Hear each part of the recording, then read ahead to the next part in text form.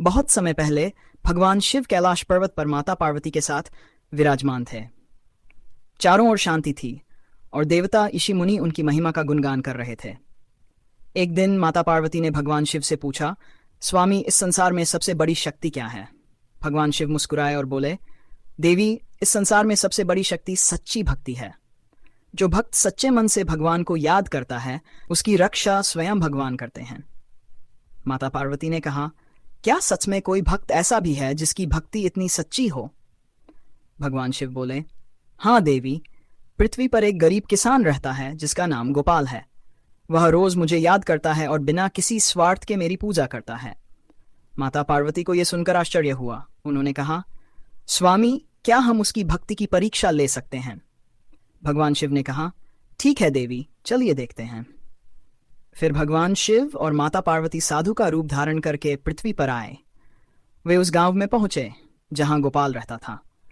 गोपाल बहुत गरीब था। उसका छोटा सा घर था और वह मेहनत करके अपना जीवन चलाता था। हर सुबह गोपाल उठकर सबसे पहले हर हर महादेव कहता और मिट्टी से बने छोटे से शिवलिंग की पूजा करता। उसके पास न तो महंगे फूल थे और न ही चढ़ाने के लिए कोई बड़ी चीज। वह बस सच्चे मन से जल और बेलपत्र चढ़ाता था। उस दिन भगवान शिव और माता पार्वती साधु बनकर उसके घर पहुंचे। गोपाल ने उन्हें देखा तो तुरंत उनके चरण छू लिए और कहा, महाराज, मेरे घर में आपका स्वागत है। मेरा घर छोटा है पर आप विश्राम कर सकते हैं।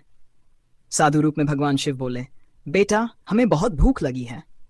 क्या तुम हमें कुछ खाने को दे सकते हो?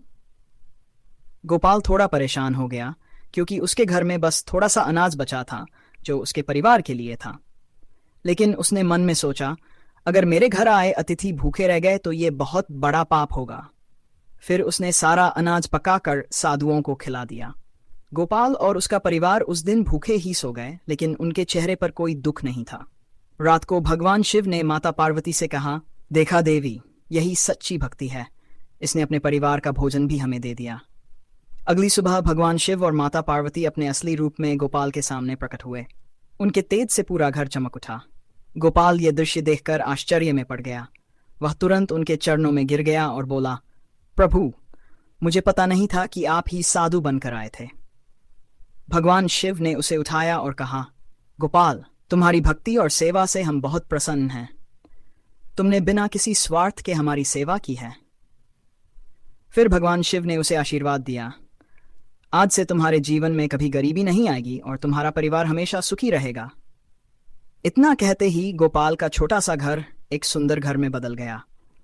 उसके खेतों में भरपूर फसल उगने लगी और उसका जीवन खुशियों से भर गया। लेकिन गोपाल की सबसे बड़ी खुशी ये थी कि उसे भगवान शिव के दर्शन हुए थे। वह हर दिन पहले से भी ज्यादा श्रद्धा के साथ महादेव की पूजा करने लगा।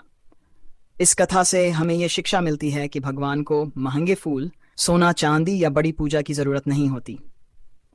भगवान को सिर्फ सच्चे दिल की भक्ति चाहिए। जो व्यक्ति सच्चे मन से भगवान को याद करता है, उसकी मदद भगवान हमेशा करते हैं। इसलिए हमेशा हर हर महादेव के हुए सच्चे मन से भगवान शिव की भक्ति करनी चाहिए। हर हर महादेव।